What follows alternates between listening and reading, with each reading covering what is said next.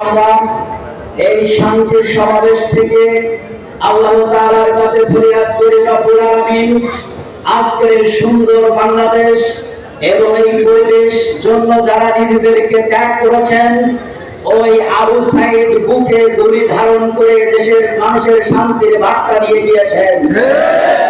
মুক্ত পানি পানি করে সাধারণ মানুষের মুখে পানি তুলে দিয়ে অন্যদেরকে পানির বানে ভাসিয়ে নৌকায় করে বিদেশে পাড়ি দিয়েছেন, আর বাংলাদেশের মানুষের মুখে পানি উঠে দিয়েছেন। শহীদদেরকে হত্যা করে বাংলাদেশকে একটি নির্মম পরিণতির দিকে দিয়ে গিয়েছিল।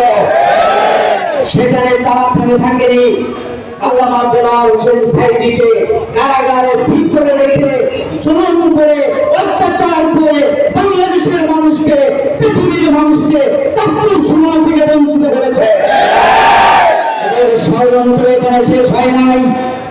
যিনি তাকির আলিম ফাজিল কামিল স্থান করেছিলেন, ঢাকা বিশ্ববিদ্যালয়ের মেধাবী ছাত্র ছিলেন, বিশ্ববরেণ্য ইসলামী চিন্তাবিদ, শহীদ আমিরে জামাত মাওলানা বদিউর রহমান নিজামী, আলী আহসান মোহাম্মদ মুজাহিদ, শহীদ কামরুজ্জামান, শহীদ আব্দুল কাদের মোল্লার মতো এখন বিশ্ব দেশপ্রেমিক মানুষদেরকে তারা শহীদ করার মাধ্যমে এদেশের নেতৃত্বকে মুছে ফেলার চেষ্টা করেছে।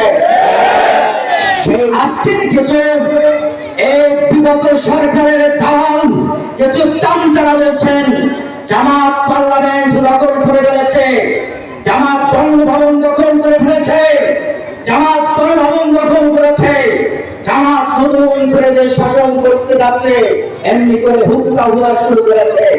আপনারা জানেন মক্কা বিদায়ের পরে রাসূলুল্লাহ সাল্লাল্লাহু আলাইহি সাল্লাম এসে বেলালকে যখন আযান দেওয়ার জন্য তুলে দিয়েছিলেন, তখন এইরকম চামচারা উদ্বাস সাহেব আবু জাহেলের চামচারা বলেছিল, আলহামদুলিল্লাহিল্লাযী কুওয়াদা আবি, এর থেকে আমার মরণ হওয়া ভালো ছিল এই বেলালের মতো মানুষ ওখানে দেখার আগে।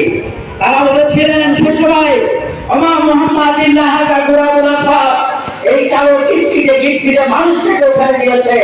আবু সুফিয়ান তো বলেছিলেন লা ইয়াকুবিরু বিসসামা, আমি কিছু বলবো না, বললো আকাশের আসমান তার নবীর কাছে পৌঁছে দেবে। আজকে সেই উত্তা সেই আবু জাহেল আবু লাহাবের উত্তরসূরিরা তেমনি করে আজকে অগ্রগতি বাংলাদেশকে রক্ষা করার জন্য নূতন ষড়যন্ত্র তারা উঠাতে শুরু করেছে। সংগ্রামী তৌহিদি জনতা, আপনাদের কাছে তাই অনুরোধ করি, এদেশ আমাদের দেশ, এদেশের সম্পদ আমাদের, এদেশের জনগণ আমাদের, এদেশের হিন্দু বৌদ্ধ খ্রিস্টান মুসলমান আলাদা কিছুই নেই, সবাই এদেশের জনগণ।